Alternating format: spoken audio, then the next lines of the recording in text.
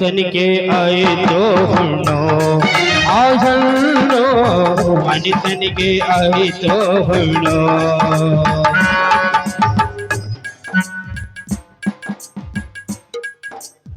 ಮೈದುನ ಮನೆಯಿಂದ ಅಪವಾದ ಹೊತ್ತು ಹೊರಗೆ ಬಂದ ನಾವು ಈ ಸಮಾಜದಲ್ಲಿ ಯಾವ ಮುಖ ಬಿಟ್ಟು ತಿರುಗಾಡಬೇಕಪ್ಪ. ಮೈದುನ 3 ದಿನಗಳಾದರೂ ತುತ್ತು ಅನ್ನವಿಲ್ಲದೆ ಹೊಟ್ಟೆ ತುಂಬಾ ಹಸಿದಾಡ್ತಾ ಇದೆ ನೋಡಪ್ಪ. ಒಂದು ಕಾಲು ಹೆಜ್ಜೆ ಮುಂದಿಡಬೇಕಾದರೂ ಆಗುತ್ತಿಲ್ಲ. ಮೈದುನ ಎಲ್ಲಿಯಾದರೂ ಗಡ್ಡೆ ಗೆಣಸುಗಳನ್ನು ತಂದುಕೊಂಡು ಜೀವನ ಸಾಗಿಸೋಣ ನಡಿ. ಆಗೋ ಅಲ್ಲಿ ನೋಡು, ಆ ಸ್ಮಶಾನದಲ್ಲಿ ಯಾರೋ ಹೆಣದ ಮೇಲೆ ಊಟ ಇಟ್ಟಿದ್ದಾರೆ. ಅದನ್ನು ತೆಗೆದುಕೊಂಡು ಬಂದು ನನ್ನ ಹಸಿವನ್ನು ನೀಗಿಸಪ್ಪ, ನೀಗಿಸು. ಅಯ್ಯೋ ಅತ್ತಿಗೆ,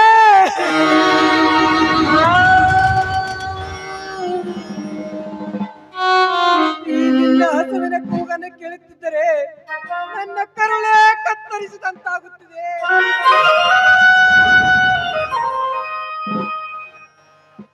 ಅತ್ತಿಗೆ, ನಿನ್ನ ಹಸುವಿನ ಮಾತುಗಳನ್ನು ಕೇಳಿದರೆ ಅಮ್ಮ ಅಲ್ಲಿ ಸ್ಮಶಾನದಲ್ಲಿ ದೆವ್ವಗಳು ಇರ್ತವೆ ನೀವೇ ಹೇಳುತ್ತಿದ್ದೀರಲ್ಲಮ್ಮ. ಹಸುವಿನ ಹೊಟ್ಟೆಯಲ್ಲಿ ಭೂತವೇ ದೆವ್ವಾಗಿರುವಾಗ ಇನ್ನು ಹಸುವಿನ ಬಾಧೆ ಹೇಗೆ ತಡೆದುಕೊಳ್ಳಲಪ್ಪ. ಮೈದುನ ಹಸುವಿನ ಬಾಧೆ ತುಂಬಾ ಜಾಸ್ತಿ ಆಗಿದೆ. ಎಲ್ಲಿಯಾದ್ರೂ ಹೋಗಿ ಆ ಊಟ ತೆಗೆದುಕೊಂಡು ನನ್ನ ರಕ್ಷಣೆ ಮಾಡು.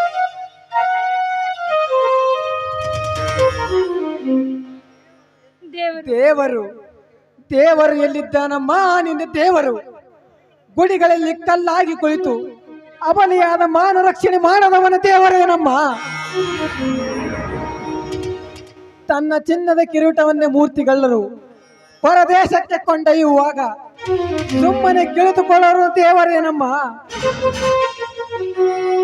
ಮೈದುನ ನಿನ್ನ ತತ್ವ ಉಪದೇಶ ನನಗೆ ಬೇಕಾಗಿಲ್ಲ. ನೋಡು, ಆ ಹೆಣದ ಮೇಲೆ ಇಟ್ಟಿರೋ ಅನ್ನವನ್ನು ತೆಗೆದುಕೊಟ್ಟು ನನ್ನ ಹಸಿವನ್ನು ನೀಗಿಸು.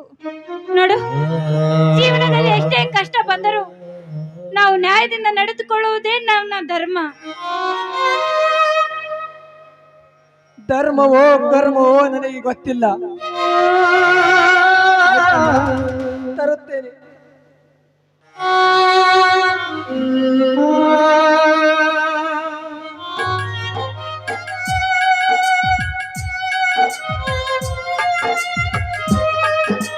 ಒಳಿತು ಮಾಡು ಮನಸ ನೀ ಇರುದು 3 ದಿವಸ. ಒಳಿತು ಮಾಡು ಮನಸ ನೀ ಇರುದು 3 ದಿವಸ. ಉಸಿರು ನಿಂತ ಮ್ಯಾನಿ ನಿನ್ನ ಹೆಸರು ಹೇಳುತ್ತಾರ. ಉಸಿರು ನಿಂತ ಮ್ಯಾನಿ ನಿನ್ನ ಹೆಸರು ಹೇಳುತ್ತಾರ. ಹೊಗಳುತ್ತಾರ ನಾಗ ಹೊಗಳುತ್ತಾರ. ಕಟ್ಟತಾರ ಕಟ್ಟ ಹಾಕತಾರ. ಓ ದೇವನೇ ಸರಿಯೇನಿದು ವಿಧಿ ನೀಡಿದ ಚಲ್ಲಾಟವಿ ಯಾಕ ಕೈಗೋಳದಿ.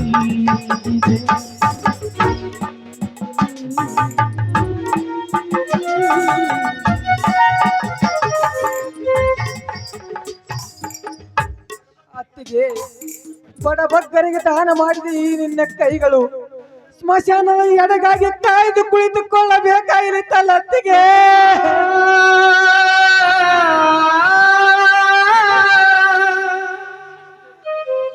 ಅತ್ತಿಗೆ, ವಿಧಿ ಎಷ್ಟೊಂದು ಕ್ರೂರಿಯಾಗಬಹುದಮ್ಮ. ಬಡವರಾಗಿ ಹುಟ್ಟಬಾರದಮ್ಮ ಈ ಕಲಿಯುಗದಲ್ಲಿ.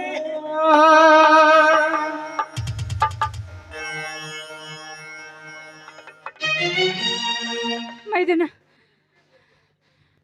ನೋಡು, 3 ದಿನಕ್ಕಾಗಿ ಈ ಬಡತನದಲ್ಲಿ ಇಷ್ಟೊಂದು ಕಷ್ಟಪಡುತ್ತಿರುವ ನಾವು, ಜೀವನ ಪರ್ಯಂತ ಕಷ್ಟಪಡುತ್ತಿರುವ ಅವರ ಗೋಳ ಇನ್ನೆಷ್ಟೇ ಇರಬಾರದು. ನೋಡಪ್ಪ ನೋಡಪ್ಪ, ನನಗೆ ತುಂಬಾ ಸಂಕಟವಾಗಿ ಬಾಯಿ ಒಣಗ್ತಾ ಇದೆ.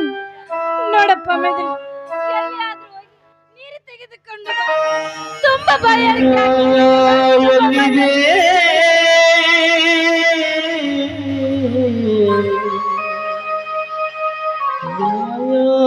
ಎಲ್ಲಿದೆ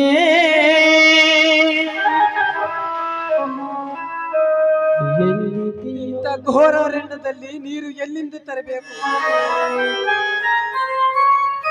ಅತ್ತಿಗೆ, ಇಲ್ಲೇ ಕುಳಿತರು, ನೀರನ್ನು ತರುತ್ತೇನೆ. ಎಲ್ಲಿದೆಯೋ ನ್ಯಾಯ ದೇವ, ಎಲ್ಲಿದೆಯೋ ನ್ಯಾಯ, ಬಡವರ ನ್ಯಾಯ ಕೇಳುವುದೇ ಅನ್ಯಾಯ. ಹೀಗೆ ಹೀಗೆ ಹೀಗೆ ಅಮ್ಮ, ಇದೆಂತ ಸಂಕಟವಾಗ್ತಾ ಇದೆ. ಒಂದು ಹನಿ ನೀರು ಸಿಗದಿದ್ದರೂ ಪ್ರಾಣ ಹೋದಂತೆ ಸಂಕಟವಾಗ್ತಾ ಇದೆ. ಎಲ್ಲಿಯಾದರೂ ಹೋಗಿ ಪ್ರಾಣ ಕಳೆದುಕೊಳ್ಳಬೇಕಾದರೆ ಈ ನನ್ನ ಹೊಟ್ಟೆಯಲ್ಲಿರುವ ಮಗುವಿಗಾದರೂ ನಾನು ಬದುಕಲೇಬೇಕು. ನನ್ನ ಮೈದುನ ನೀರು ತರಲಿಕ್ಕೆ ಹೋಗಿದ್ದಾನೆ.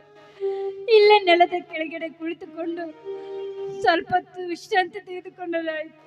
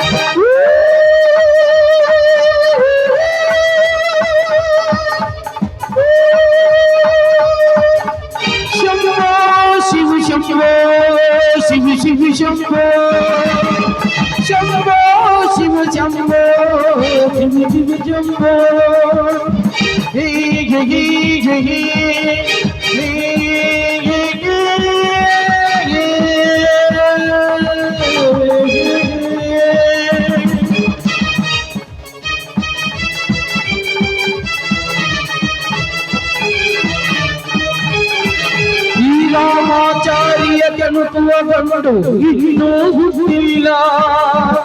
ಏಕಾಲೋಟ ಕೂಡ ಇಂದ್ರದ ಗಂಡಿಯನೋ, ನಾಡಿನ ಹುಲಿಯುವನೋ.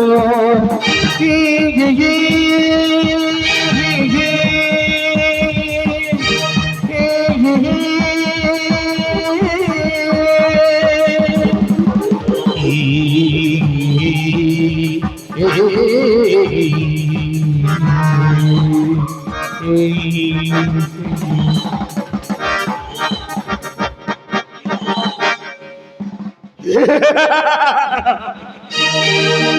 ಸಾವಿತ್ರಿ,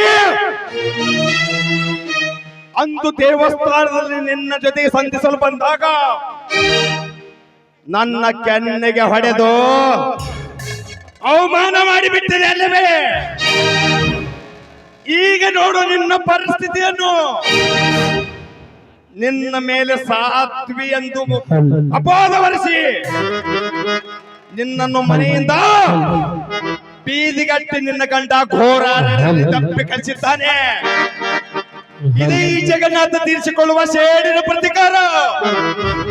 ಬಾ ಸಾವಿತ್ರಿ, ಬಾ. ಅಣ್ಣ, ನಾನು ಇಷ್ಟೊಂದು ಅಸಹಾಯಕ ಆದರೂ ಕೂಡ ಮತ್ತೆ ನನ್ನ ಎದುರಿಗೆ ಬಂದು ಇಷ್ಟೊಂದು ಸಂಕಟ ಕೊಡುತ್ತಿರುವಲ್ಲ, ದಯವಿಟ್ಟು ನಿಮಗೆ ಕೈ ಮುಗಿದು ಕೇಳುತ್ತೇನೆ. ದಯವಿಟ್ಟು ಇಲ್ಲಿಂದ.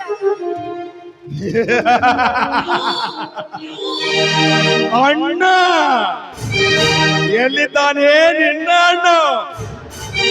ಕೆನ್ನೆಗೆ ಹೊಡೆಯುವಾಗ ಇಲ್ಲದ ಅಣ್ಣ ಈಗ ಬೀದಿಯಲ್ಲಿ ಬಿತ್ತಾಕ ಬಂದರೆ ಅಣ್ಣ ಅಣ್ಣ ಎಂದು ನನ್ನನ್ನು ಕರೆಯಬೇಡ. ಒಮ್ಮೆ ಆದರೆ ನಿನ್ನನ್ನು ಬಗ್ಗಿದಪ್ಪಿ ನನ್ನ ಆಸೆ ತೀರಿಸಿಕೊಂಡಾಗಲೇ ನನ್ನ ಆಸೆ ಪೂರ್ಣಗೊಳ್ಳುವುದು. ಬಾ ಸಾವಿತ್ರಿ, ಬಾ. ನಿನ್ನ ತುಂಬು ದೇಹವನ್ನು ನನಗೆ ಅರ್ಪಿಸು. ಪಾಪಿ, ಹೆಣ್ಣಿನ ಬಗ್ಗೆ ಇಷ್ಟೊಂದು ಕೇವಲವಾಗಿ ಮಾತನಾಡುತ್ತಿದ್ದೀಯಲ್ಲ. ನೋಡು, ಈ ಸಮಾಜದಲ್ಲಿ ನಿನಗೂ ಕೂಡ ಶಿಕ್ಷೆ ತಪ್ಪಿದಲ್ಲ ಕಣೋ, ತಪ್ಪಿದಲ್ಲ. ಶಿಕ್ಷೆ ಕ್ಷಮೆ ಸಾವಿತ್ರಿ, ಈ ಸಮಾಜದಲ್ಲಿ ಕ್ಷಮೆ ಶೀಲವನ್ನು ಕಳೆದುಕೊಳ್ಳುವ ಹೆಣ್ಣು ಮಕ್ಕಳಿಗಿಲ್ಲ. ಈ ಸಮಾಜದಲ್ಲಿ ಕ್ಷಮೆ ಗಂಡನಿಲ್ಲದೆ ಮನೆಯಲ್ಲಿ ಗಂಡನ ಜೊತೆ ಸರಪ ಸಲ್ಲಾಪವಾಡುವಾಗ ಇಲ್ಲದ ಕ್ಷಮೆ. ನಾನು ನಿನ್ನ ಕೆಣಕಿದರೆ ನನಗೆ ಕ್ಷಮೆ ಇಲ್ಲವೇ? ಸಾಧ್ಯವಿಲ್ಲ. ನೋಡು ಸಾವಿತ್ರಿ, ಗಂಡ ನೀವು ಹೊರಗಡೆ ಕಳುಹಿಸಿ ಮೆಂಡನ ಜೊತೆ ತನ್ನ ಸೀರಿನಲ್ಲಿ ಫೋನ್ ಮುಚ್ಚಿಕೊಂಡು ಮಾತನಾಡುವ ಹೆಣ್ಣು ಎಷ್ಟಿಲ್ಲ ನಿನ್ನ ಹಾಳು ಬೀದಿಯ ಸಮಾಜದಲ್ಲಿ. ನೀ ಹೇಳಿದಂತೆ ನಾನು ನಂಬುವುದಿಲ್ಲ. ನಿನ್ನನ್ನು ಬಿಗಿದಪ್ಪಲೇಬೇಕು, ನನ್ನ ಆಸೆ ತೀರಿಸಿಕೊಳ್ಳಲೇಬೇಕು. ಬಾ ಸಾವಿತ್ರಿ, ಬಾ.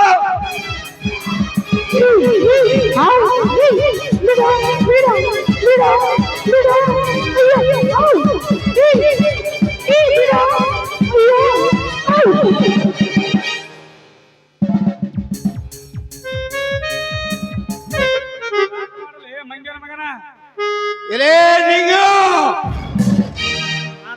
ಹೊಡಿತು ನೋಡ ಮಗನ.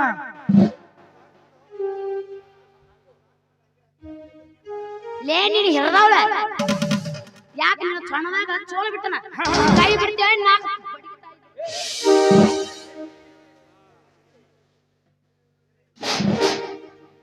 ಎಲೇ ನಿಂಗ, ನಿನ್ನನ್ನು ಸೊಮ್ಮನೆ ಬಿಡುವುದಿಲ್ಲ ಮಗನೇ.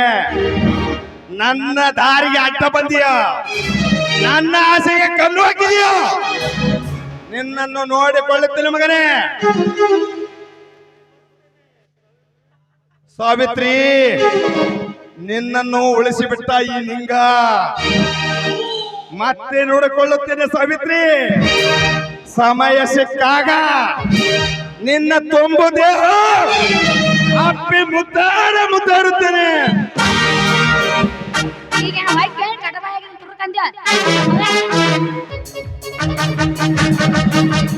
ಗಡ ಗಡ ಗಡ ಗಡ ಗುಡು ಗುಡು ಗುಡು ಗುಡು ಗಡ ಗಡ ಗಡ ಗಡ ಗುಡು ಗುಡು ಗುಡು ಗುಡು ವೀರಭದ್ರ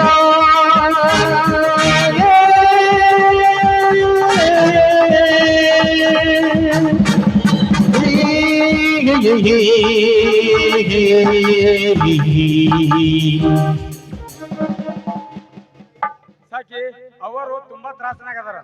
ಮನಿ ಕರ್ಕೊಂಡು ನೋಡಿ ಹೋಗೋಣ. ಸಾಕಮ್ಮ, ನೀವಿಬ್ರು ಗಂಡ ಹೆಂಡತಿ ಬಂದು ನನ್ನನ್ನು ಕಾಪಾಡಿದ ದೇವರು ನಿಮ್ಮನ್ನು ಚೆನ್ನಾಗಿ ನಡೆಯಪ್ಪ ಕರೆದುಕೊಂಡು. ಸಾಕಿ ನಡಿ, ಅವರು ತುಂಬಾ ತ್ರಾಸನಾಗದಾರ. ಮತ್ತೆ ಬಾರ ಈ ಭವದಲ್ಲಿ ಭೂಮಿ ತಾಯಿ ರಾಮನ ಹೋದ ಸೊತುಗಲಿ ರಾಮನ ಹೋದ ಸೊತುಗಲಿ. ಮತ್ತೆ ಬಾರ ಈ ಭವದಲ್ಲಿ ಭೂಮಿ ತಾಯಿ ಋಣವಲ್ಲಿ. ಮತ್ತೆ ಬಾರ ಈ ಭವದಲ್ಲಿ ಭೂಮಿ ತಾಯಿಯ ಋಣವಲ್ಲಿ. ಅತ್ತಿಗೆ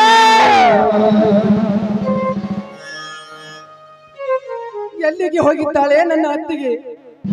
ಅತ್ತಿಗೆ, ಬಾಯಾರಿಕೆಯಿಂದ ನೀರು ತರುವುದು ಸ್ವಲ್ಪ ತಡವಾಯಿತು.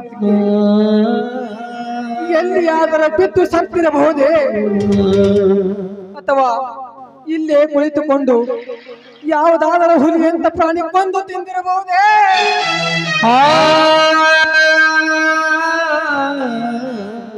ಇಲ್ಲ, ಹಾಗಾಗಲ್ಲ. ನನ್ನ ಅತ್ತಿಗೆ ಎಲ್ಲಿ ಹೋಗಿಲ್ಲ. ಇಲ್ಲ, ಮೈದನೊಂದಿಗೆ ಇರುವುದು ಸೂಕ್ತವಲ್ಲ ಅಂತ ತಿಳಿದು ಆತ್ಮಹತ್ಯೆ ಮಾಡಿಕೊಂಡಿದ್ದಾಳೆ ಅತ್ತಿಗೆ.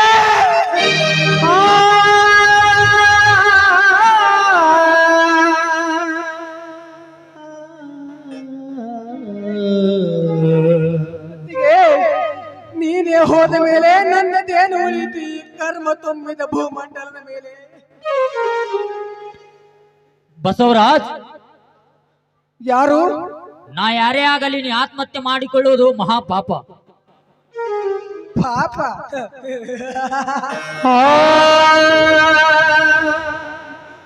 ಪಾಪ ಪುಣ್ಯಗಳು ನನ್ನ ಅತ್ತಿಗೆ ಒಂದಿಗೆ ಮಣ್ಣು ಪಾಲಾಗಿ ಹೋದವು. ಅತ್ತಿಗೆ ಸತ್ತಳು. ನಾ ಗೈದ ಪಂಥವೆಲ್ಲ ನನ್ನ ಅತ್ತಿಗೆ ಉದರದಿಂದ ಹುಟ್ಟೋ ಮಗುವಿನೊಂದಿಗೆ ಮಣ್ಣು ಪಾಲಾಗಿ ಹೋಯಿತು. ಮಗ ತಂದ ಮಂಗಲ್ಯ ನಿರೂಪಕ ಪಡಿಸುವ ಸಾರ್ಥಕ ಮುಗಿದು ಹೋಯಿತು.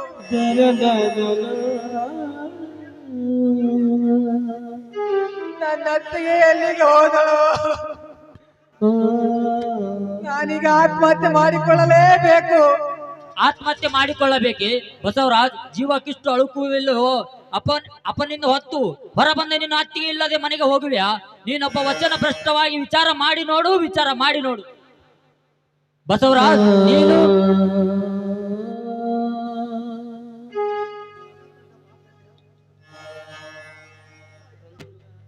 ಇಲ್ಲ ಇಲ್ಲ, ನನ್ನ ಅತ್ತಿಗೆ ಸತ್ತಿಲ್ಲ. ನಿಜವನ್ನು ನಾ ಕಂಡು ಹಿಡಿಯುತ್ತೇನೆ. ಬರುತ್ತೇನೆ ಅತ್ತಿಗೆ, ಬರುತ್ತೇನೆ.